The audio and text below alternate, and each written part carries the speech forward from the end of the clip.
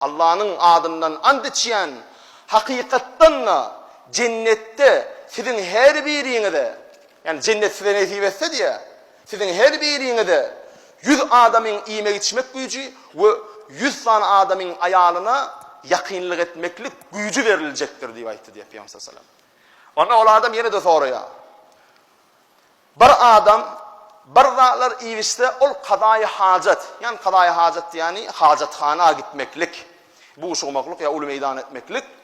Şol geliyor bir adam iviste bizim gözümüzde ulu meydan etmeli veya kiçi meydan etmeli. Necahat çıkarmalı oluyor. Cennet pek yerdir. Cennette narahatlık yoktur.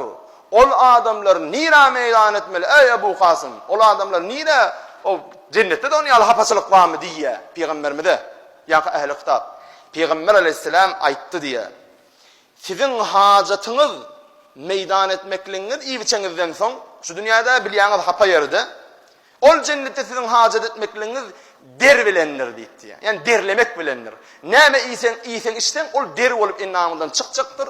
O da müşk anber yali ovodun govuy hoşroy iyislidir deyip diye Peygamber aleyhisselam.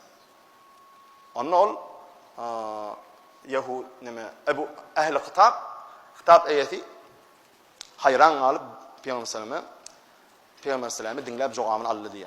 Inni bu bir hadis. Yine bir hadis Peygamber Aleyhisselam'ın cennet ve arada diyen hadislerinden Ebu Hureyre radıyallahu anh rivayet ediptir.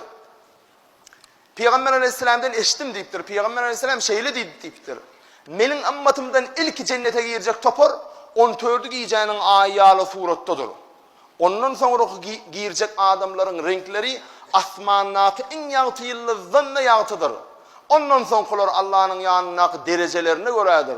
Olur cennette buğuşukmadılar, meydan etmediler, tüy kürmediler, sümürünmediler.